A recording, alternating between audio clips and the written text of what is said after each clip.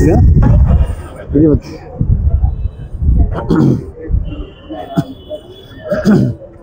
So అనంతపురంలో dancers అందరూ కూడా ఏకైక గురువుగా ఎంతోమంది శిష్యుల్ని ఒక ఉన్నత స్థాయిలో తీసుకెళ్లడమే బాధ్యతగా తీసుకొని తనకు తెలిసిన డ్యాన్స్ని ఎంతోమందికి నేర్పించి తనకంటూ అనంతపురంలో ఒక స్థాయిలో ఉన్నటువంటి వ్యక్తి అప్పుడప్పుడు ఏవో షార్ట్ ఫిల్మ్స్ లాగా మొబైల్తో తీసుకుంటూ కనిపించిన వ్యక్తి ఈరోజు బిగ్ స్క్రీన్ మీద ఒక వేసుకోగలిగినటువంటి కెపాసిటీ రాగలిగిందంటే ఆయన ఏకాగ్రత పట్టుదల.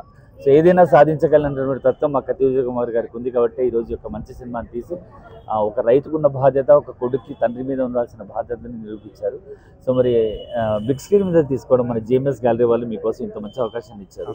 సో ఎలా అనిపించింది? మీ యొక్క సాటిస్ఫాక్షన్ ఎలా ఉంది? వర్క్ చేసేటప్పుడు చాలా టెన్షన్ ఉంటుంది, కానీ ఇప్పుడు ఎలా అనిపించింది సినిమా చూసిన తర్వాత? సార్ నేను ఎప్పుడు మొబైల్ మీద తీసేవాడిని, కానీ చాలా మంది థియేటర్లో వేయడం వల్ల నేను కూడా ఒకసారి దాన్ని వేయాలని చాలా కోరిక, కానీ దాని బడ్జెట్ అవుతుంది, లక్షలతో ఇది టెక్నీషియన్స్ కూడుకోవాలా, ఇదంతా మనకు సపోర్ట్ చేయాలా, కొంచెము దానివల్ల సెల్లుతో తీసుకుని చేసేవాడిని.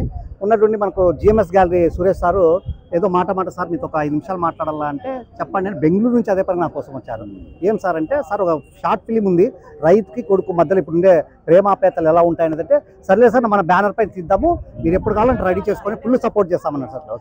అనుకున్నట్టు ఈరోజు మాట్లాడినాము, నెక్స్ట్ డేనే షూట్ చేసేసుకొని ఉన్న అందుబాటులో ఉన్న కళాకారులందరినీ తీసుకొని షూట్ చేశాను. దానికి ఏమంటే షూటింగ్ 2 రోజులు అయిపోయినా కానీ ఈ టెక్నీషియన్తో 1.5 మంత్ పట్టింది సార్ మనకు. కాబట్టి అవన్నీ చేసుకొని ఈరోజు ఇంతమంది మీలాంటి వాళ్ళు పోషకులు కళాకారులని మీరు ఎంకరేజ్ చేసిన మీలాంటి వాళ్ళ ముందు ఎవరో థియేటర్లో అయినప్పుడు అందరూ వచ్చి అభినందనలు తెలుపుతుంటే చాలా హ్యాపీగా ఉంది. ఇలాంటివి ఇంకా చేయాలా, మంచి సమాజానికి పనికొచ్చేటివని మన అనంతపురం కూడా ఎంతోమంది కళాకారులని బయటకు తీసుకురావాలనే ఉద్దేశంతోనే ఈరోజు ఫుల్ హ్యాపీతో ఉన్నాను సార్.